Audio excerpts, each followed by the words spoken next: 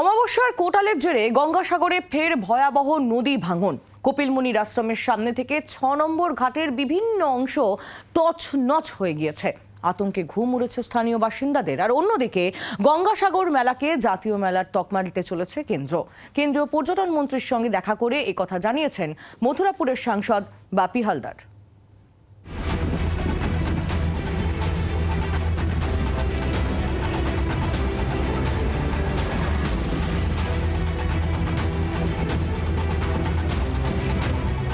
একে বর্ষা, তার দোসর অমাবস্যার কোটাল।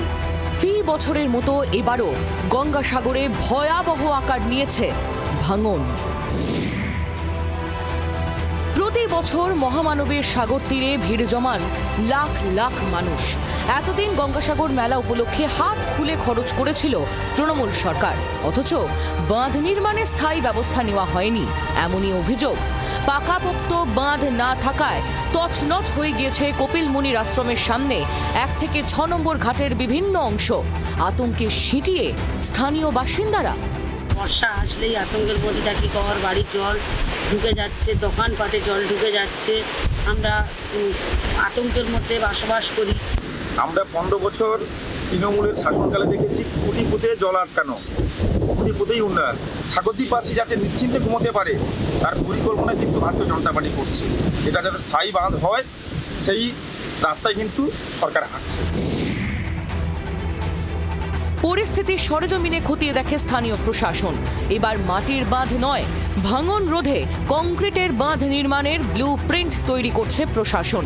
অন্যদিকে গঙ্গাসাগর মেলাকে জাতীয় মেলা ঘোষণা করতে চলেছে কেন্দ্র। এ বিষয়ে কেন্দ্রীয় পর্যটন মন্ত্রী গজেন্দ্র সিং শেখাওয়াতের কাছে আবেদন জানান মথুরাপুরের সাংসদ বাপি হালদার। সেই আবেদনে সাড়া দিয়েছেন কেন্দ্রীয় মন্ত্রী, এমনটাই জানিয়েছেন মথুরাপুরের সাংসদ। আন্তরিকভাবে মাননীয় মন্ত্রী বিষয়টি দেখলেন এবং তিনি কথা দিলেন যে অ্যাজ সুন অ্যাজ পসিবল তিনি গঙ্গাসাগরকে জাতীয় মেলা ঘোষণা করার জন্য যা যা করার সেটা করবেন। জাতীয় মেলার তকমা দেওয়ার আগে ভাঙন সমস্যা স্থায়ীভাবে দূর করাই এখন প্রশাসনের কাছে সবচেয়ে বড় চ্যালেঞ্জ। নকিবউদ্দিন গাজীর রিপোর্ট, জি ২৪ ঘন্টা।